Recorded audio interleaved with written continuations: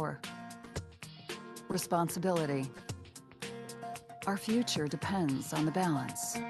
We're Cummins, and our balance of power and responsibility is behind some of the world's largest green hydrogen production plants and the first ever emission-free hydrogen fuel cell passenger train. It's also putting kids on zero-emission school buses every morning. Whether we're powering data centers, helping to build greener homes, plowing fields, leaving a zero carbon footprint, or being the heartbeat of a hospital. We're investing $906 million a year to pioneer the most responsible, innovative, and sustainable power solutions we can. Because now, more than ever, we need to do the right thing, and we need to do it together. Cummins, always responsible.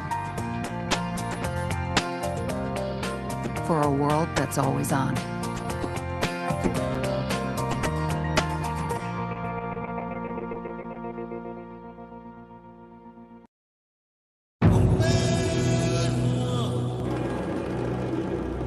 Zinc, aluminium, copper, silver, iron ore, oil and gas are the building blocks of the modern world. Without them, life as we know it would be impossible. With a footprint spanning 4 continents, Vedanta is one of the largest producers of natural resources in the world.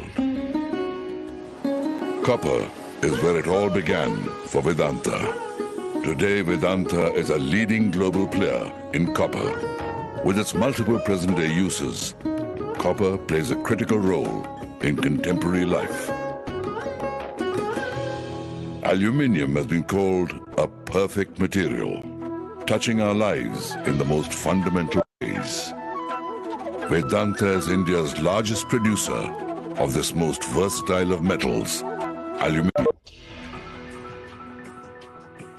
Silver is a key element in digital connectivity. 95% of India's primary silver is produced by Vedanta. One of metal's unsung heroes is zinc. Zinc protects and extends the life of steel. Vedanta is one of the world's leading integrated producers of zinc and lead. Oil fuels the drive behind modern economies and lifestyles. Vedanta Can Oil and Gas is one of India's leading independent energy majors. As India's largest iron ore producer, Vedanta has set a precedent in environmental concern, transforming a used mine site into a beautiful horticultural park. We at Vedanta are fully committed to explore and to develop these resources in most sustainable manner. This will be a game changer for the economy and will create millions of jobs and eradicate poverty. Hello, Renuka ma'am.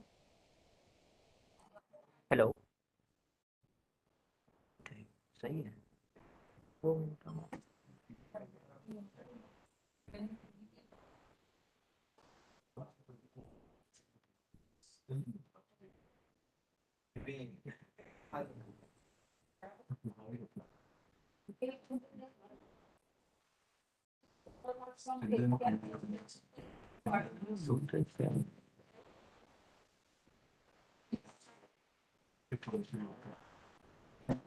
Hello, ma'am. Am I audible? हाँ जी बोलिए. Am I audible, ma'am? Yes, I can hear you. आप एक बार और बोलिए. Hello. Yes. 1, 2, 3. ठीक Okay. है. Yeah. Crystal clear. And the video? हाँ जी. आप लोग सेटिंग कर लीजिए वीडियो का. ऑडियो भी क्लियर है.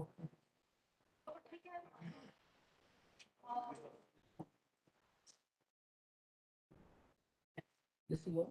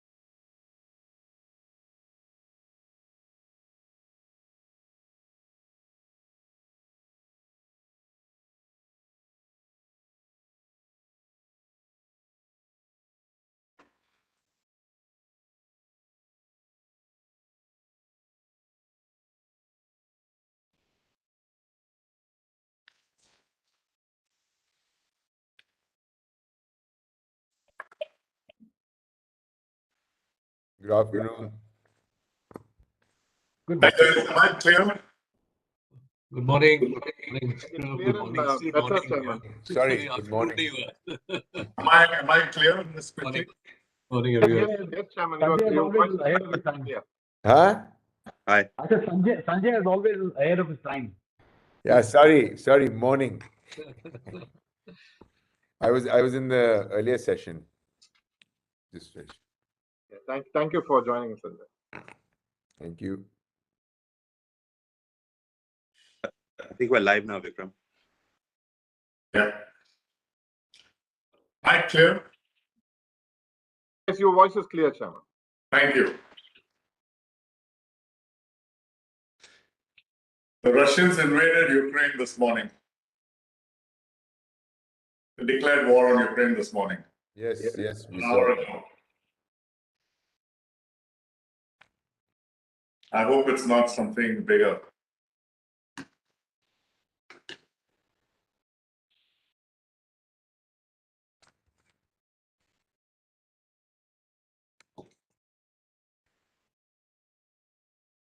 Markets have crashed today. Yeah. Definitely have an impact on supply chain as well. Right, but I just hope it doesn't, because Putin has put a warning, anyone who interferes will be dealt with. 50% of sunflower oil comes from that region of Ukraine and Russia. Global. Wow. So buy a Saffola now.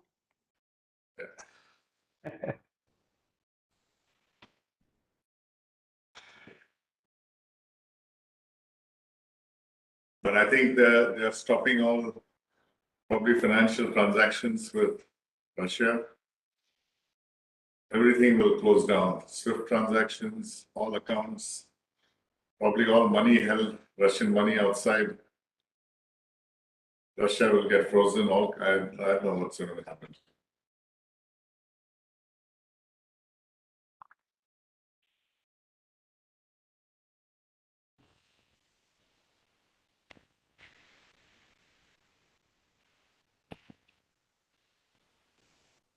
Chairman, Minister's office is already logged on to this, platform. So we'll just wait for Minister to join, and then we'll start at the designated time of 11:30. Only have one request to members: if you can kindly keep your videos on and your system muted. Thank you very much.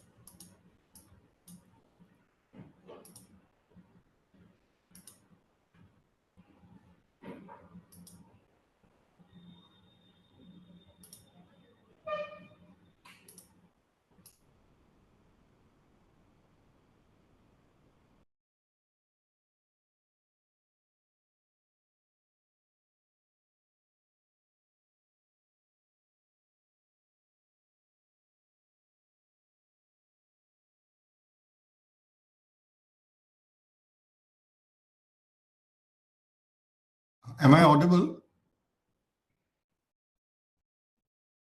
Yes, please. You are. Okay, thank you.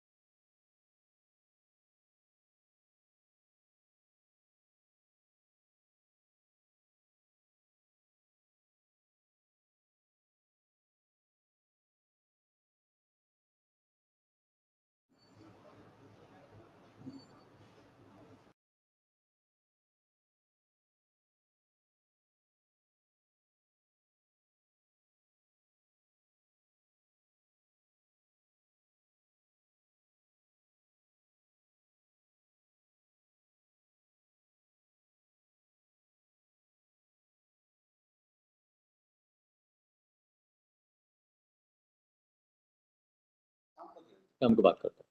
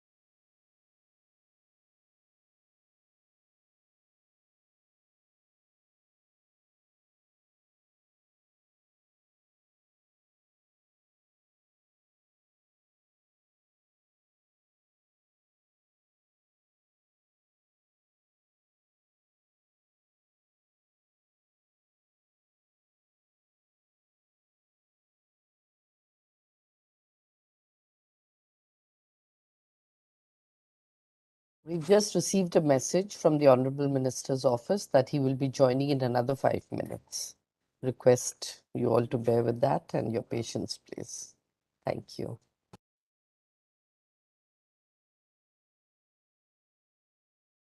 I think he has joined. Chairman, you may like to start, Chairman. Okay. The Honorable Ministers joined, please. Shri Piyush Goyal, Honorable Minister for Commerce and Industry, Textiles, Consumer Affairs, Food and Public Distribution. Sanjay Kapoor, Co-Chairman, CII Manufacturing Council and Chairman, Sona Comstar. Distinguished guests from industry, members from the media, ladies and gentlemen. Good morning. So there are more than 600 people who are live today, and it's wonderful to have you with us to share your thoughts. A very special welcome to you. It's a pleasure to have you with us today.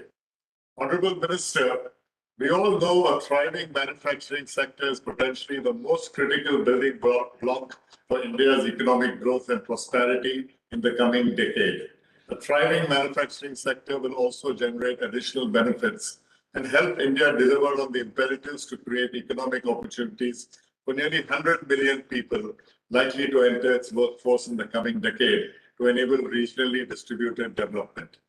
The budget presented by the Honorable Finance Minister builds on the excellent budget of the previous year, continuing the trend towards more productive expenditure. This budget underlines the continuity of supply side reforms, including deregulation, simplification of processes, and production-linked incentives, amongst other aspects, leading to overall improved manufacturing climate in the country. The massive 35.4% rise in capital spending budgeted for 2022-2023 is in line with CII's suggestion and lends credence to the government's vision of improving the economic growth potential through a push to overall productivity of the economy and creation of jobs.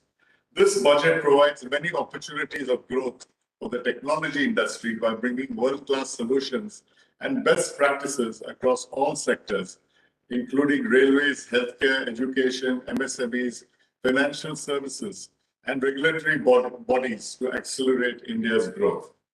The COVID-19 pandemic has been catastrophic for the global economy and businesses and has disrupted supply chains, disturbing different stages of production in different locations around the world. The ongoing post-COVID rebalancing of the global value chains offers India's government and business leaders a unique opportunity to transform and accelerate the trajectory of the manufacturing sector. In this fast evolving context, as global companies adapt their manufacturing and supply chain strategies to build resilience, India has a unique opportunity to become a global manufacturing hub. Insulating ourselves better with regards to emerging risks will go a long way in establishing ourselves as the go-to destination for manufacturing and position India well for a larger role in global value chains. The pandemic has accelerated the already ongoing fundamental shifts in GVCs, driven by the aggregation of three mega trends: risk competitiveness, the environmental sustainability imperative, and the reconfiguration of globalization. Government is serious in its intent to elevate India's ease of doing business rank internationally, overhauling complex compliance procedures and reforming archaic labor laws will encourage entrepreneurship in a big way, leading to creation of jobs. As we embark again on reviving the economy, we need to be mindful of the fact that there is an opportunity awaiting, and our actions have to be fast and liberal enough for the industry to feel confident about getting down to business as usual, even in the face of uncertainties. Manufacturing has been high on the government's priority. A vibrant manufacturing sector is key to Mission Atmanirbhar Bharat, India's vision of self-reliant and a globally engaged India. Needless to say, a strong strategy needs to be devised at the national level to ensure that Indian manufacturing sector is globally competitive.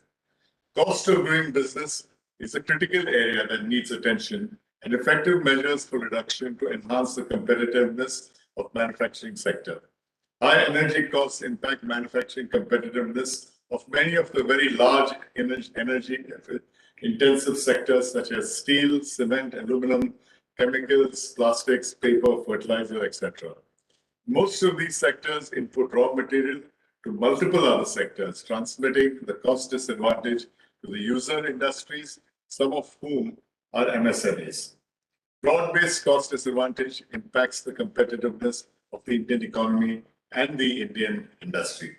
India's supply chain and logistics costs currently account for 14% of the country's GDP compared to a global average of approximately 8%.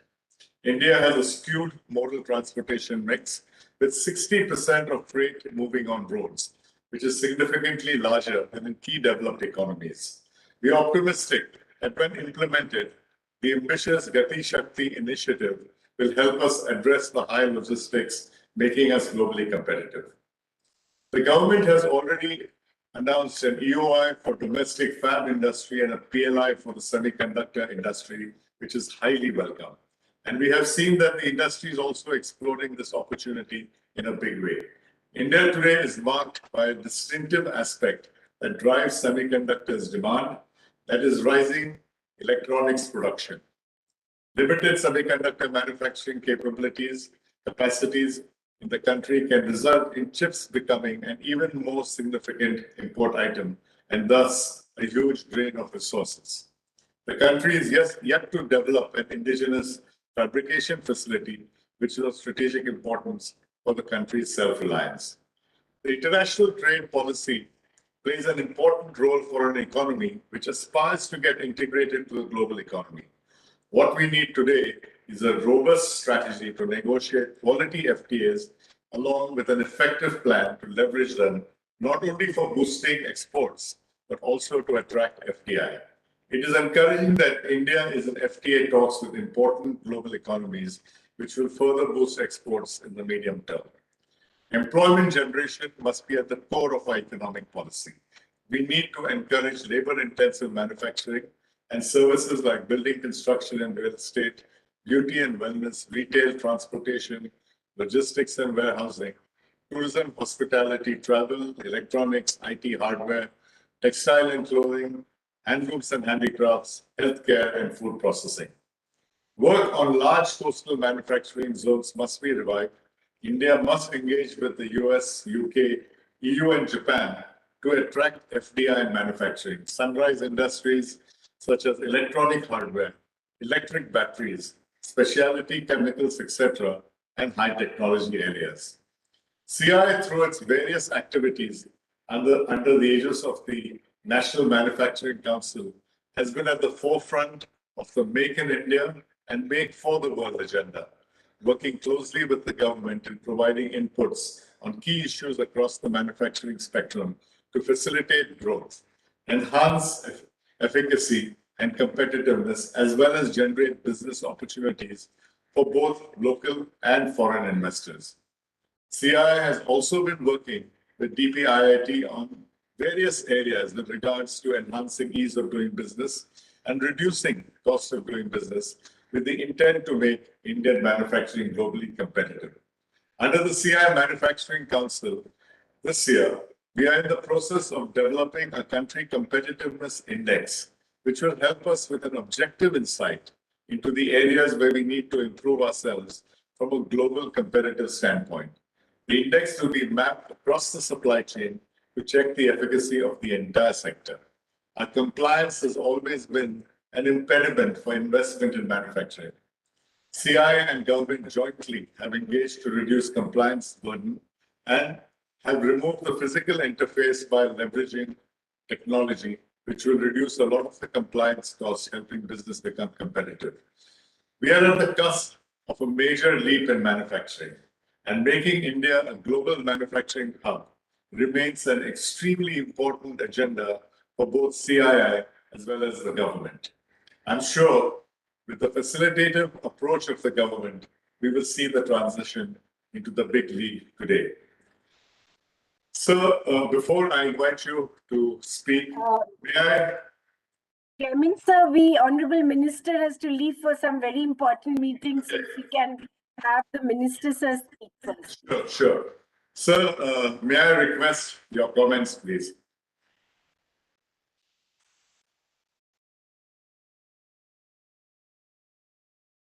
Piyushji?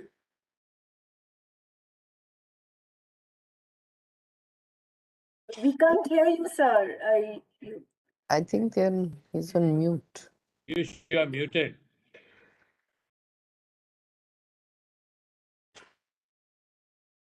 Piyushji, you're muted.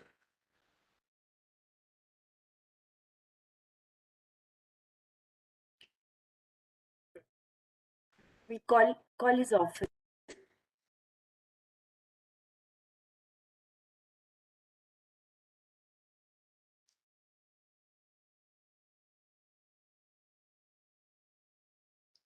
Piyushji, you're muted, please.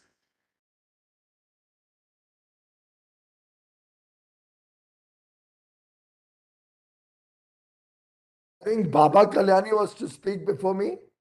No, sir. No, sir. I finished with the program. Let Baba please make his comments. So before Baba already did a session earlier in the morning, but if I may have two observers make comments, one from the MSME sector and one from the ITEL sector, very brief comments and observations. Vinod is the chairman of the National Committee on ICT Manufacturing. Vinod, will you do a few comments? After that, followed by Ashok Segar, the co-chairman of the CII MSME Council. Vinod, please. Thank you, Vikram. Honorable Minister, a very good morning to you and good morning to all my colleagues on the panel. I think the electronic sector has been chosen by us today to lead this discussion because this is one sector that was really languishing. And so first, I want to begin, sir, by congratulating your government to have recognized this not only as a sector, as a vertical, but as a horizontal that impacts everything else. Having said that, so it's a meta resource, and we are very, very keen in the industry today, along with our colleagues in the software, to deliver solutions across the board, whether it's digitization, agriculture, telemedicine, of course, industry, electronics, and bettering of our lives. And this has been achieved, sir, through, as you know very well, through a slew of measures. I recall a day in the previous government, I won't name, but the finance secretary that I met at that point of time said, look, it's quite clear that you guys are not competitive at electronic hardware, so why don't you give it up? Do something else, and let's focus on software. So coming from that kind of thinking, I think what we've been able to achieve in the past few years is absolutely remarkable. The 3P policies, the PLI, the PMP, and the PMA have all helped us today to really make a mark, and some very early signs of recovery, of growth, of exports of mobile phones are very visible. But I want to spend a couple of minutes, sir, on just saying what is the need now, and in my opinion, in our opinion as the industry, we need to dig a little deeper into each one of these. So, for example, PLIs have done fantastically well. However, they are still aimed at very large investments and at the finished goods level. So mobile phones is fine, but the moment we go to components, we haven't done so well. Your ministry, sir, DPIIT under you has taken on 2 PLIs, as you know, in air conditioning and LEDs, where specifically they've aimed at components, which is absolutely fantastic. However, the realities of the investment and turnover ratios of components being only 1:1, 1:2, rather than the 1:6 that a finished goods or a mobile phone requires, those are still to be, I think, taken into the policy, and that will make this policy. Also, as it's only for large, because the thresholds are very large, we have been appealing to your ministry and to the government at large, maybe a whole set of PLIs now for SMEs need to come in so that this whole manufacturing, not only in the electronic sector but elsewhere, becomes a grassroots movement. The second one is about preferential market access. It has been used, and your ministry, I know, is driving it very hard. However, again, we find, sir, in 2 things that I will just point out, 2 critical aspects that I see. One, the whole of the government approach, while it's really a fresh of breath air when we see it operating in many other areas, in this preferential buying, we find it's still not happening. There are departments, as you are probably aware, where they will still insist on a a US kind of certification where even Indian BIS equivalent certifications are already available. So I think there is some reluctance and we need to do that. It's not only true of the government. I would also say all of us, industry, are not behaving in that one whole of the industry approach, in supply chains. Automobile industry has done a fantastic job of embracing the SMEs and bringing them into the whole sector. In some other industries, namely the electronics, for example, This is lacking, and I think we need to realize that unless we have a robust supply chain, there is no way that we will be able to compete with our neighbors. So the other point that I have is about leveraging of our, we have some advantages, comparative resources, and let's talk about labor. Unfortunately, with the conditions that our labor lives in, even in industrial towns where these industries are located, these are people who work for 8 hours, for 16 hours a day. However, they live in a slum. Vikram, sorry, you need to mute yourself. So the other 16 hours. So how can we give these people good industrial housing close to industrial hubs? And do we still have to have industrial hubs only close to the cities? Can we take it to the rural areas? Can we imagine 50,000, 100,000, 200,000 people employed in one large township? And so those are some of the things that will take us another notch and establish us as the manufacturing hub and the export hub.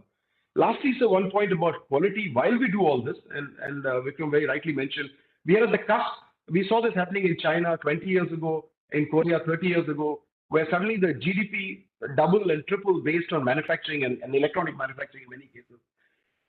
It always concerns us, where will we be in the quality ranking? Will we be like Japan? Will we be something like Korea? Will we be China, or will we be below China? And I think a whole movement in making sure that we are at least number 1 or 2, even from a quality aspect, needs to be started. I will stop with that, sir, but thank you very much for all the attention that our industry has been getting. Thank you, Vinod. Ashok, may I request a few brief comments? Ashok is the co-chairman of our MSME Council, please. Thank you very much, Mr. Chairman. Good morning, Mr. Minister. First of all, I'd like to mention that MSMEs have been very grateful for all the help and support we've had in the last 2 years of the COVID pandemic from the government. And these 2 years, I think, by and large, we have come out of it feeling that, yes, we are stronger in some ways. No doubt, some of the MSMEs in particular areas are still suffering from the hangover of the COVID effect. But by and large, I think we're feeling very encouraged. And one of the very encouraging things which has happened has been the familiarity that we've all gained with the digital approach like this virtual conference to increase our outreach over and above our local geographical areas, which has always been a constraint for MSMEs. Further, we have also, I think, over the years, changed the image of Indian MSMEs from being suppliers of inexpensive or lower cost products to one of supplying good quality products which meet international norms. And this has been sustained by the support we have got from our larger corporates and industry, who have made us familiar with those international standards. And as Mr. Vinod Sharma just mentioned, to achieve quality recognition and not just a question of low price recognition. Now, I think we want to leverage that, and we need your help and support and guidance in doing that. How can we leverage the expertise we have got and the improvements in quality we have made and the achievements we have made in understanding international requirements of product quality, timely deliveries, working at a distance through use of digital norms and so on, so that we can, as MSMEs, not only be suppliers to the local markets or the domestic markets in India, but can have an outreach globally as part of a global supply chain, or as a brand also, which would be recognized by foreign buyers as a quality and reliable brand, both in terms of product quality and reliability and as supply reliability. So the digital familiarity that we have and the outreach which it enables us is, however, not a complete substitute for physical meetings and physical interactions, especially when one is trying to break into new customer relationships. I think this is somewhere where we want to highlight that MSMEs will, by definition or by the nature of their business, have smaller transaction values, and over a year also will have an overall smaller value of exports to any particular market. Now, this acts as a major obstacle to establishing a permanent presence, because the marketing cost as a percentage of your transactions which you're doing is very high. And this is where we think the government, with all its vast network of consulates, embassies, and so, and its network diplomatically throughout the globe, can play a very major role, both in providing us a direction, a strategic direction which we can take, and in the outreach program. In what ways do you feel that we can request the government to help us in these two directions, Mr. Minister? That is our request to you. Thank you, Ashok. Minister Ji, please, if we have your comments.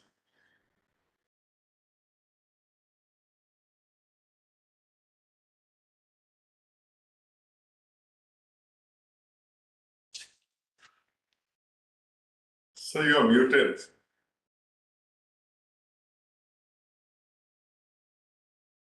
Thank you very much, Vikram. Thank you very much, all the other colleagues who spoke, Mr. Ashok Sehgal, and all the other friends. I see so many friends. Baba Kalyani is there on the call, Satyagarajan, number of old friends, Shrikant Somani ji, I can see, Sanjoy Kapoor, I can see, but to all the participants of this webinar, very good morning. Unfortunately, we are meeting at a time when the world is on the brink of a pretty serious situation, particularly what we have seen since this morning. But I believe the world also moves on. And I'm delighted that CII has chosen to have this very important subject. Can India become the global leader in the manufacturing sector in this decade as your Manufacturing Conclave 2022 agenda? Ladies and gentlemen, let me begin by complimenting CII for the focus they have brought back to manufacturing. Somehow, over a period of time, that focus has been missing in our industrial or in our policy making landscape. Last few years, through the Make in India program and various other initiatives, Prime Minister Modi, leading from the front, has been focusing very deeply and strongly on this sector, on the manufacturing sector. I'm quite confident that India can become a global leader in manufacturing in the next, over this decade. What we need is our self-confidence. What we need is the partnership between government, manufacturing, and our academia, particularly so that we remain ahead of the curve in innovation, modernization, and technology upgradation. In fact, COVID-19 clearly exposed the fragility of global supply chains. And therefore, when we spoke about Atmanirbhar Bharat, while initially we were criticized a little bit, today you find every country in the world talking about Atmanirbharta. You will realize these shifting global supply chains are clearly demonstrating to the world that it's important to be self-sufficient, particularly in areas which are critical, and then work with other countries in areas where others have a more competitive edge, but ensuring that the supply chains are resilient, transparent, rules-based, and work with an organized system within the WTO framework. India, I'm glad, turned this crisis into an opportunity. In fact, what we did with manufacturing of PPE kits, vaccines, sanitizers, ventilators, masks for COVID is truly phenomenal. Similarly, the response we received for the PLI schemes, production linked incentive schemes, in the making of which CII has played a very important role, as some of you may be aware, also gives us confidence that there is a investment appetite and an understanding that India will have to develop further on the manufacturing field. Let us acknowledge we cannot be master of everything. We'll have to identify focus areas, literally following Michael Porter's theory of competitive advantage or David Ricardo's theory of comparative advantage, and identify areas where we need to be present, where we can be competitive and in relation to other countries, capture larger global markets. However, we must also recognize that there are certain critical products. For example, semiconductors. India has launched on a mission mode to promote semiconductor manufacturing in India. We have committed almost $10 billion, 76,000 crores to this mission from the government. And we believe that certain areas will need us to be self-sufficient, because otherwise in the entire value chain of manufacturing, we can suffer very deeply. Similarly, the APIs for the pharma sector. There was a time we were self-sufficient in APIs, but over a period of time, we've lost that edge. And God forbid if our suppliers of APIs don't supply, or we have a geopolitical problem, we can be in a severe crisis.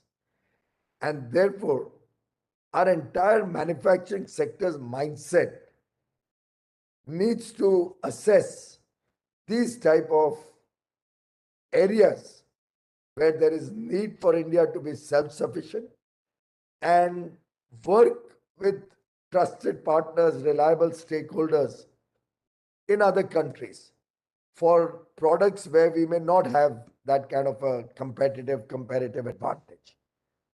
On our side, we are trying to work through various free trade agreements. The UAE agreement has been welcomed by, I suspect, everybody.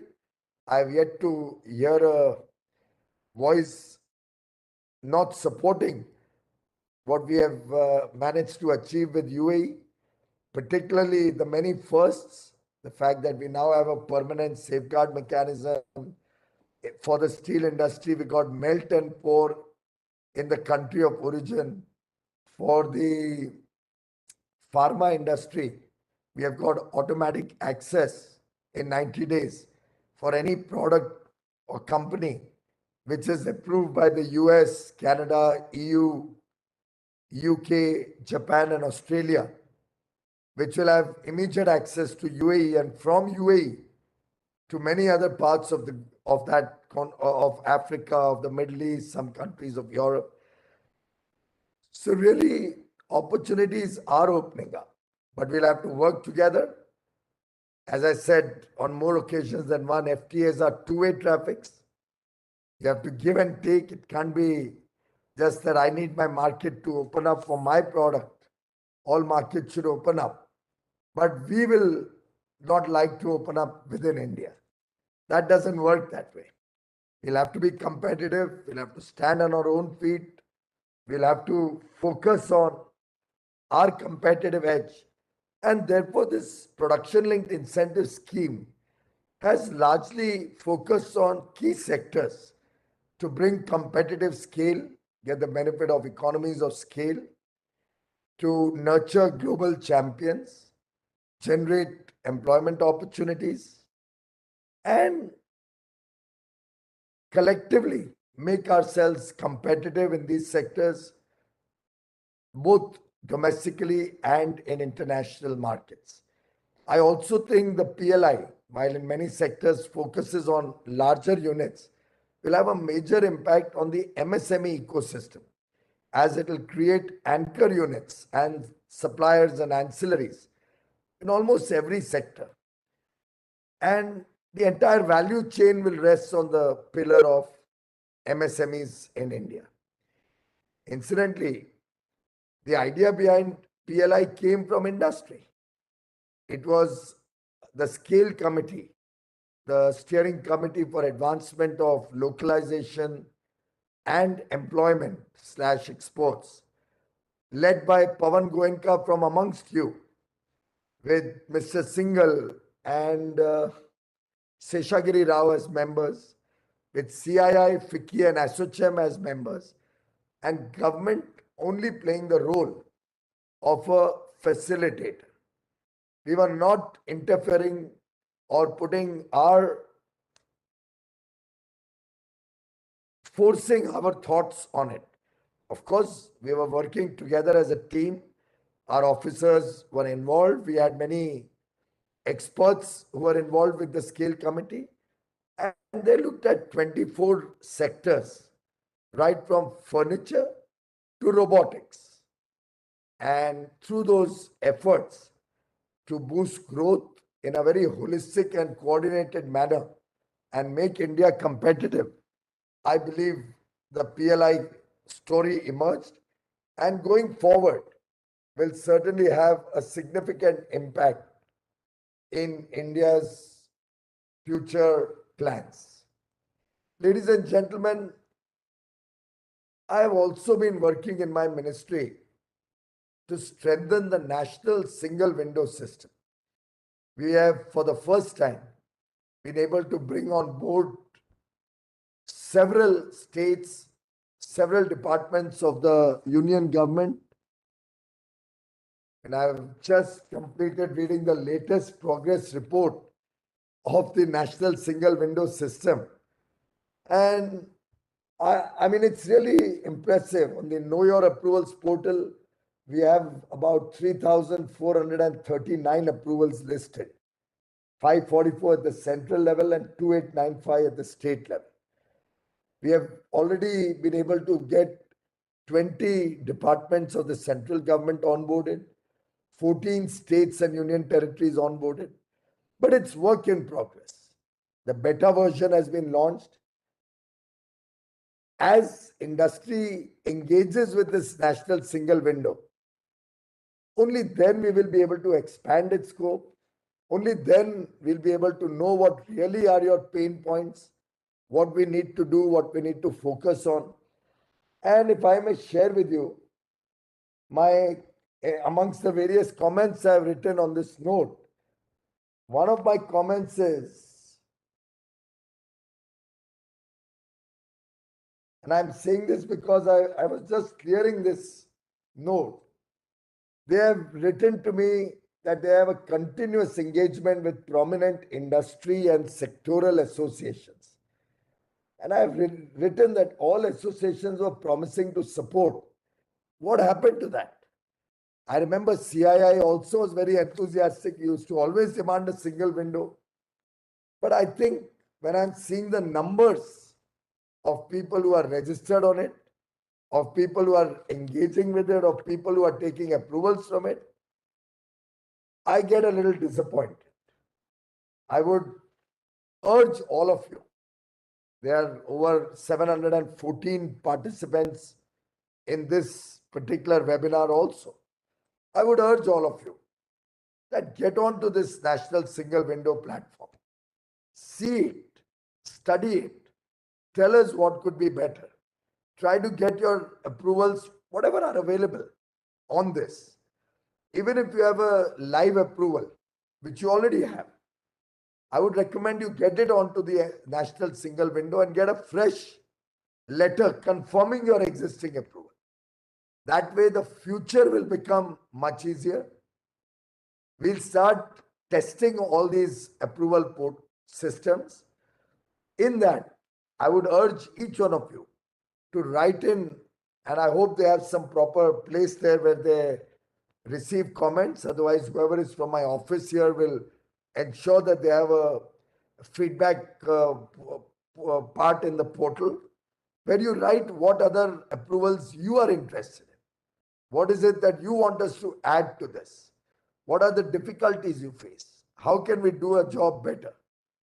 And I can assure you, we are committed to create a seamless, simple, and swift approval process.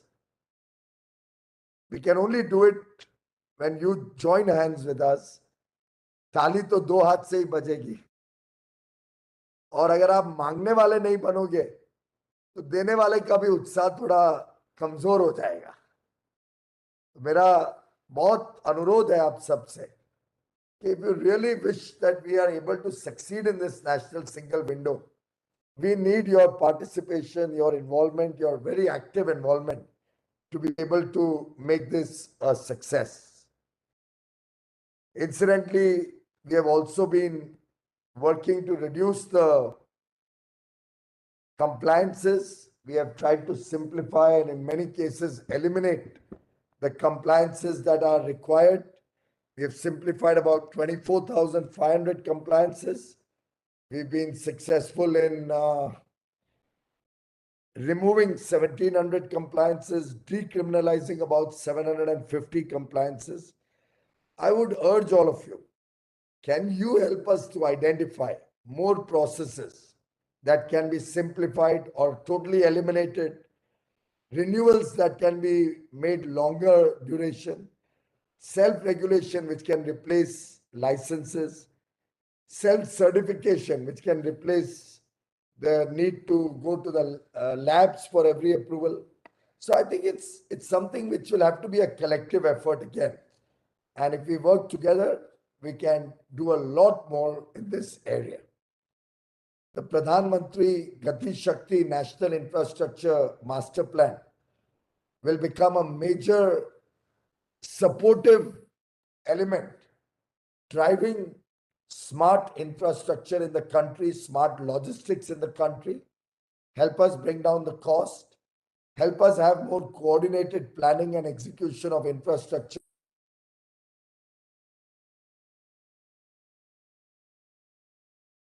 Look at it, to invite our officials to make a presentation on PM Gati Shakti. The Prime Minister has been behind us for many years for this idea. It was such a complex situation to even make people understand what we are trying to do or what the Prime Minister desires. I'm happy that over the last COVID period, our officers sat with BISAC in Ahmedabad, used geospatial mapping in a big way. And today, we have a vibrant PM Gati Shakti with over 360 layers of data which speak to each other through APIs. And to my mind, it's a revolutionary concept never attempted anywhere in the world before. I would urge you all to have a look at it, call BISAG or my ministry to come and make a presentation. You will feel proud about your country. You will feel empowered. And I think you will start demanding that government should allow private sector also to use it, particularly when you're looking at plant locations or new project locations for your investment plans. Friends, while we are working on a very solid program for structural reforms and macroeconomic stability, I always believed our growth story has just begun. We do have international geopolitical uncertainties, as we see today on the Ukraine-Russia crisis.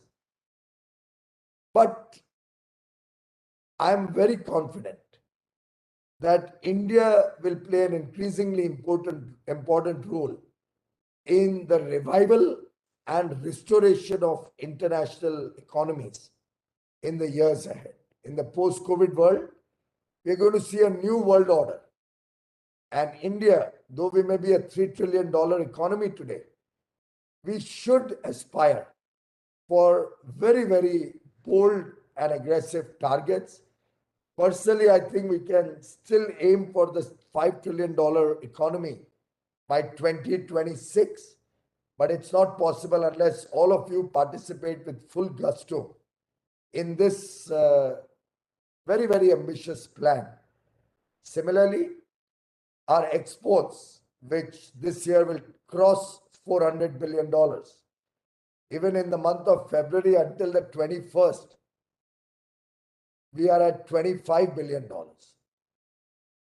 Very confident that we'll close the month again with $30 billion plus. So that will be the 11th month. Every month in this year, from April till now, so far till January, hopefully the next two also, we would have created a record in the history of India's exports. Every month is a record export.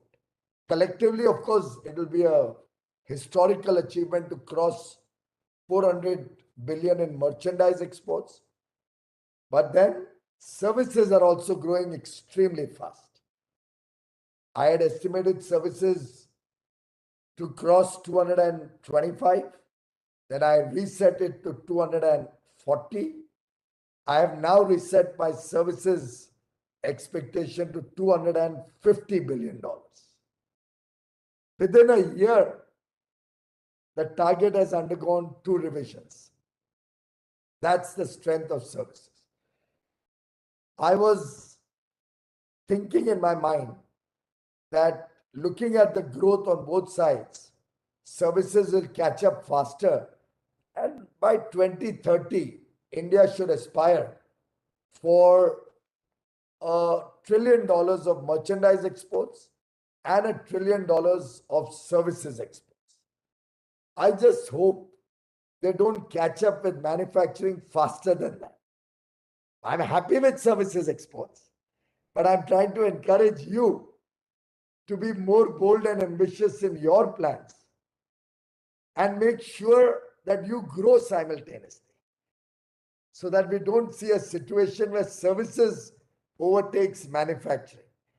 And as leaders of our manufacturing sector, particularly Baba Kalyani and Vikram Kirloskar are here, I'm venturing to throw the gauntlet of this challenge that we should and must promote manufacturing export from India so that we don't land up in a very, very unfortunate for the manufacturing sector, good for the country, but very unfortunate for the manufacturing sector if services were to overtake us. So let's aim for $1 trillion plus by 2030. Let's keep watching the services figure and resetting our target should it be required. But make sure the preeminent position of merchandise export in the country is not compromised. Make in India, invest in India, making in India a manufacturing powerhouse. You've all heard that before. We have outstanding FDI inflows coming into the country. Today, we are the second largest manufacturer of mobile handsets in the world. We are a large auto manufacturer, amongst the largest in the world. We now need to replicate these successes in other areas, newer areas, and become global champions. I think India needs to focus on our edge in global competition. And by edge, I'm referring to economies of scale, D for demographic dividend, G, the governments and industries focus on quality, and E, efficiency. Efficiency in cost, in output, productivity, all of that. Government can support with good governance, but quality will have to come from you. So if we can all work together to give our industry an edge, then brand India will naturally emerge. People will start respecting products and associating products made in India with the brand India. And that needs the mindset change, the focus on quality and productivity that I've been talking of on so many engagements with all the friends here. We'll have to also move from compliance of quality to the consciousness that good quality matters and should be our prima focus. Manufacturing sector, as you are all aware, is at the forefront of creating jobs and is the growth driver of India's economy. Services rests on the manufacturing sector. And therefore, you have the power to take the country to prosperity. You have the power to lift the millions out of poverty. You have the power to give a better quality of life to the underprivileged. I think together we can create not lakhs, but crores of jobs, jobs in the textile sector, plastics, footwear, auto components. I can keep sports goods, agri, food processing. There's so many sectors where labor is an important element of cost. That's our competitive or comparative advantage that we should leverage. Government will make it easier to do business, will focus on governance in a non-interfering or non-adversarial manner. Our startups are doing us proud, championing India's technology story, fearlessly chasing opportunities across so many verticals like edtech, fintech, health tech, agri-tech. In fact, I don't know if you saw yesterday, I shared with everybody, we've had 10 unicorns in calendar 2022. 53 days. 53 days and 10 unicorns, which, as I said yesterday, was the singing sensation from Birbhum in West Bengal. Our Kacha Badam became a Pakka Badam only yesterday. And I think before me, I have 731 potential, not just Badams, but Badam ki Barfi. So that's what we need to see happening in the days to come. The current budget has only reinforced our commitment towards Atmanirbhar Bharat. We are confident that together we can. Together we can move mountains. Together we can certainly achieve outstanding results, right from sectoral growth in manufacturing, to sustainability, to modernization, to engaging with the best in the world, to making it easier to do business, to reducing compliances, to getting your approvals faster and sitting at home. All of these things collectively will help businesses play a huge role in ensuring a prosperous superpower, economic superpower that the world sees as India's true potential. We have to grab this opportunity. For all of you on this call, ladies and gentlemen, I have 3 suggestions. One, I would like to encourage big companies to integrate MSMEs, both forward and backward linkages, and ensure timely payments. If possible, prepay MSMEs. You can take a cash discount for prepaying them, but help them with faster cash flow for their growth, apart from whatever the banks are doing. 2, I think there is a need for shared responsibility amongst companies to address social and environmental challenges and support each other in domestic manufacturing. And look at Korea, they just don't allow an Indian steel manufacturer to export to Korea. That's the nationalistic spirit there. Japanese companies don't allow Indian steel in Japan. They'll buy $100 a ton costlier steel, but local Japanese steel. Many of you may have faced such barriers which are not government barriers, where I can't even fight G2G. But it comes out of the spirit of nationalism. I think we in India also should look at ways and means to support each other, encourage each other, and promote our own domestic brothers and sisters. And number 3, we need to inculcate and train young minds to get into manufacturing.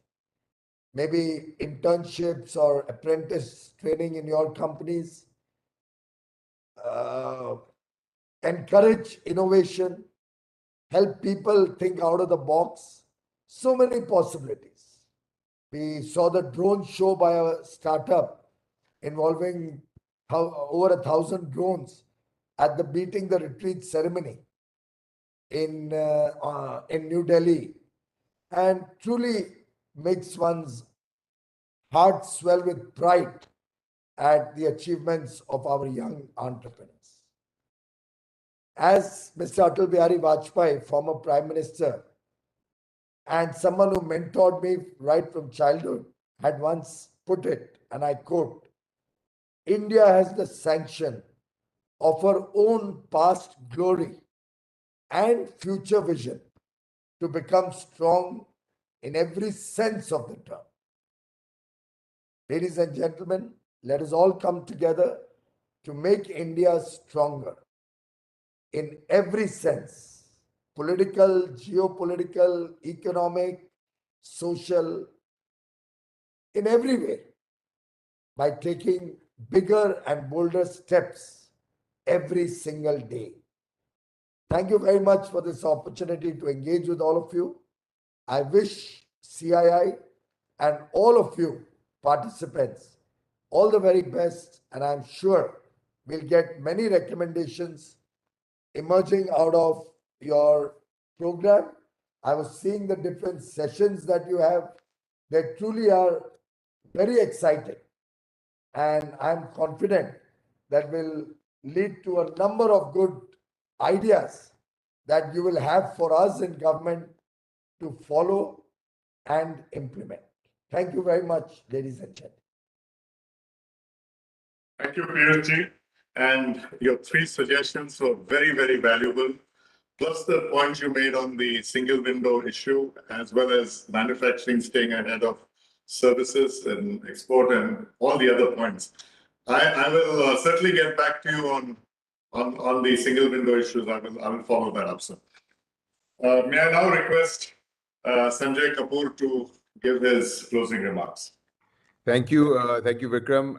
Shri Piyush Goyalji, Honorable Minister of Commerce and Industry, Textile, Consumer Affairs, Food and Public Distribution, Mr. Vikram Kirloskar, Chairman CII Manufacturing Council and Vice Chairman Toyota Kirloskar Motor, distinguished guests from the industry, ladies and gentlemen. Honorable Minister, thank you for joining us today and sharing your valuable insight and for always guiding us and steering the Indian manufacturing sector towards the right growth path. You rightly talked about the need for self-confidence, a need for innovation, modernization, technology, and specifically self-reliance in critical components and critical areas, specifically semiconductors. And you're absolutely right in our endeavor and how private sector must invest in technology to take this forward. It is clear that a robust manufacturing sector has the potential to become the most important building block for India's development journey in the coming decade. Not only is it expected to substantially to economic growth, to help economic growth and prosperity, it is also likely to generate huge employment opportunities for India's population, as mentioned by you as well. Over the last 2 years, the COVID-19 pandemic has severely disrupted economic and other activities, with consequences for society, businesses, consumers, and the global economy. In the face of such grave uncertainty, the Indian manufacturing sector has shown extraordinary resilience and undertaken measures to turn a crisis into an opportunity and emerge stronger than ever before. The government's support, be it in the form of economic relief, policy measures, fiscal stimulus, and structural reforms, has been invaluable in the strong revival of the sector and clearly indicates a focus being accorded to the Indian manufacturing sector as an important growth instrument. This is also reflected in the latest union budget, which outlines several initiatives to promote a healthy and economic ecosystem for the growth of manufacturing sector in the country, as well as the PLI schemes that have been announced. Today's conclave aims to facilitate a deep dive into the manufacturing sector and develop strategies to position India as a global manufacturing hub in the next few years. We've had an excellent first session in building business resilience with experts from across industries and relevant stakeholders. We have 2 more exciting sessions, as you mentioned, on environment and sustainability, which has definitely become an extremely important topic in today's environment, and developing competitiveness as a scale. Again, very important for us to develop India as a hub for as a global hub for manufacturing. I'm certain that you will find these discussions informative and engaging, and I would urge all the participants to please stay on and listen to the sessions. And with this, we've come to the end of the inaugural session, and I'd like to thank all of you. Thank you, Minister. Thank you. Thank you, gentlemen. We are going to change our link for the next session. The next session will be on sustainability. Thank you, ladies and gentlemen. Thank you, Honorable Minister. Thank you. Bye-bye. Good luck. Thanks.